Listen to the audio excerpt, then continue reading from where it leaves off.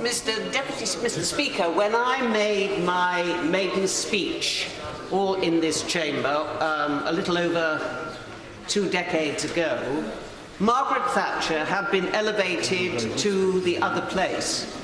But Thatcherism was still wreaking, as it had wreaked for the previous decade, the most heinous social, economic and spiritual damage upon this country, upon my constituency and my constituents. Our local hospitals were running on empty. Patients were staying on trolleys in corridors. I tremble to think what the death rate for pensioners would have been this winter if that version of Thatcherism had been fully up and running this year.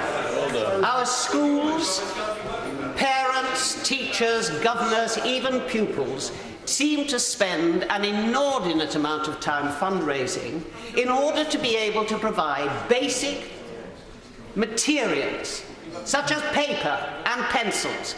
The plaster on our classroom walls were kept in place by pupils' artwork and miles of sellotape. Our school libraries were dominated by empty shelves, very few books, and those books that were there, again, were being held together by the ubiquitous sellotape and offcuts from teachers' wallpaper used to bind those volumes so that they could at least hang together.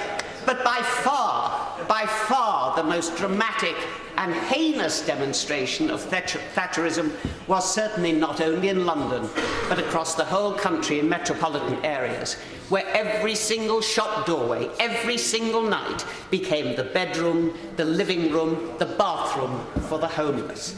They grew in their thousands. And many of those homeless people had been thrown out onto the streets from the closure of the long-term mental hospitals. We were told it was called care in the community. What in effect it was no care at all in the community.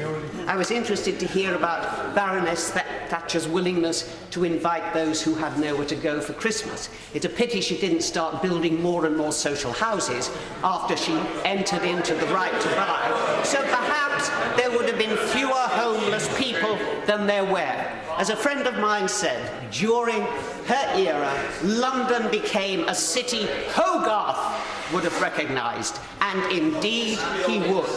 But the basis to Thatcherism, and this is where I come to the spiritual part of what I regard as a desperately wrong track that Thatcherism took this country into, is that we were told that everything I had been taught to regard as a vice, and I still regard them as vices, under Thatcherism was in fact a virtue.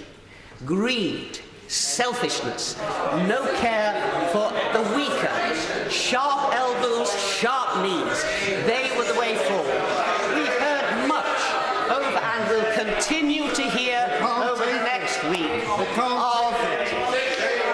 the barriers that were broken down by Thatcherism, the establishment that was destroyed. We can't take it.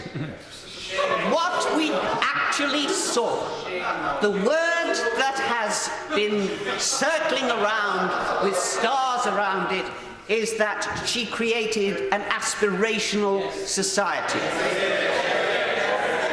It aspired for things, as indeed one of the former Prime Ministers, who himself had been elevated to the House of Lords, spoke about selling off the family silver, and people knowing under those years the price of everything and the value of nothing. What concerns me is that I am beginning to see possibly the re-emergence of that total traducing of what I regard as being the basis spiritual nature of this country, where we do care about society, where we do believe in communities, where we do not leave people to walk by on the other side. That isn't happening now. And if we go back to the heyday of that era, I think we will see replicated yet again the extraordinary human damage that we as a nation have suffered from, the talent that has been totally wasted because of the inability to genuinely see the individual value of every single human being. My honourable friend from Hackney referred to the fact that although she had differed with Lady Thatcher in her policies, she felt duty-bound to come to pay tribute to the first woman Prime Minister this country had produced. I am a generation who was raised by women. The men had all gone to war to defend our freedoms. They didn't just run a government, they ran a country.